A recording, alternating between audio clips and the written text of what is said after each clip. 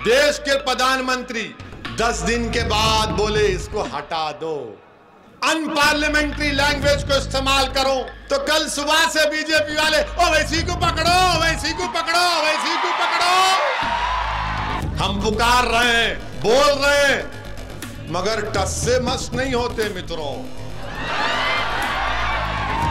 Bahrain में कुछ होता है, जब प्रधानमंत्री बोलते हैं अरे गड़बड़ हो गई रे बाप,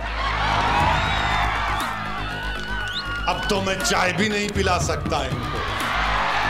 हमने आवाज उठाई, मगर 10 दिन के बाद 56 इंच का सीना रखने वाले देश के प्रधानमंत्री 10 दिन के बाद बोले इसको हटा दो, इसको सस्पेंड करो। अगर आज मैं नरेंद्र मोदी के बारे में अनपार्लियामेंट्री लैंग्वेज को इस्तेमाल करूं, तो कल सुबह से बीजेपी वाले ओवैसी को पकड़ो, ओवैसी को पकड़ो, ओवैसी को पकड़ो।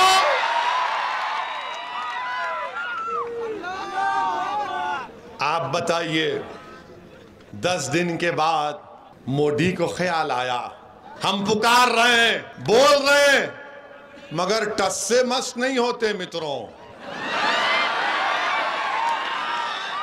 और कब हरकत में आते हैं, हरकत में कब आते हैं, जब खतर में कुछ होता है, सऊदी अरब में कुछ होता है, अरब इमारात में कुछ होता है, बहरीन में कुछ होता है। जब प्रधानमंत्री बोलते हैं अरे गड़बड़ हो गई रे बाप, अब तो मैं चाय भी नहीं पिला सकता इनको, तब प्रधानमंत्री को ख्याल आता है मोदी को, हो बहुत बुरी तरह। आपको मालूम 50% ऑयल वहां से आता, 40% गैस कतर से आती। मतलब कौन लोग बोल रहा आपको? आपको मालूम कि भारत का 55% फॉरेन रेमिटेंस यहां से आता, यहां से आता। 8 मिलियन लोग यानी 80 लाख लोग भारत के वहां काम कर रहे हैं।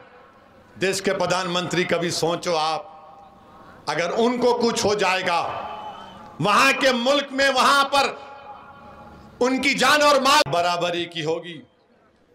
यकीनन हम भी चाहते हैं कि मालेगांव विधानसभा में करोड़ों रुपए के तरक्याती काम करवाए जाएं। ये मालेगांव की आवाम का हक बनता है। महाराष्ट्र के मुसलमानों को रिजर्वेशन मिलना है। जब मराठों की बात होगी तो मुसलमानों की बात होनी चाहिए। मैं मराठों से कम नहीं, मैं बराबर हूं मराठों के, याद रखो।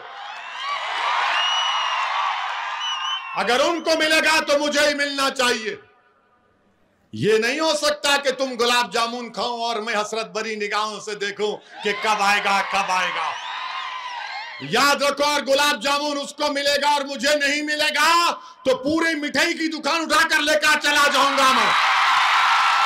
ये कहानी बहुत पुरानी हो चुकी है, इस कहानी को बदलो। तुम 40 साल से सिर्फ यही कहानी, नहीं मुसलमानी फेंका, मुसलमानी किया, तो क्या सब क्या दूसरे दूध के धुले हुए हैं? मगर आप देखो, कोई आवाज नहीं उठाता। उत्तर प्रदेश में समाजवादी के नेताओं के, उनके लीडर के मुंह में दही जम चुकी है, जबान नहीं खोलते। मध्य प्रदेश में सेंधवा खरगोन में घरों को तोड़ दिया गया, घरों को तोड़ दिया गया बगैर नोटिस दिए। कोई आवाज नहीं उठाता। सेंधवा खरगोन के गरीब मुसलमानों ने फोन कर कर मंजलिस के लोगों को कहा कि क्या कोई मदद नहीं करोगे? अल्लाह का फजलो करम है, हमने कोशिश की। जिन गरीबों के घरों को बेजा तोड़ दिया गया था बीजेपी की सरकार की जानिब से, हमने उनको कुछ माली इमदाद करने का इंतजाम करवाया। सुन लो गोली मारने वालों, सुन लो मेरे दुश्मनों, मैं मरने के लिए तैयार हूं। क्या तुम मरने के लिए तैयार हो? बताओ गोली चलाने वालों। मैं हरगिज इस बात को नहीं मानता कि जुल्म को सहा जाए। जुल्म को सहना भी जुल्म है, याद रखो मेरी इस बात को। जुल्म को सहना भी जुल्म है। अगर कोई कहता है कि जुल्म को सहो, मैं कहूंगा नहीं सहूंगा मैं। कोई कहेगा अगर तुम्हारे कोई गाल पर थप्पड़ मारे तो दूसरा गाल पेश कर दो, मैं कहूंगा नहीं, तुमने अगर थप्पड़ मारा तो गफलत से मारा, दूसरा मारने के लिए हाथ उठाओगे तो पंजा पकड़ लूंगा दबा के, याद रखो। वो दिन चले गए तुम हमको डराते थे, वो दिन खत्म हो गए। अब वो दिन चले गए वो डराने के। अब डराने वाले, याद रखो, तुम्हारे डराने से हम डरने वाले नहीं हैं।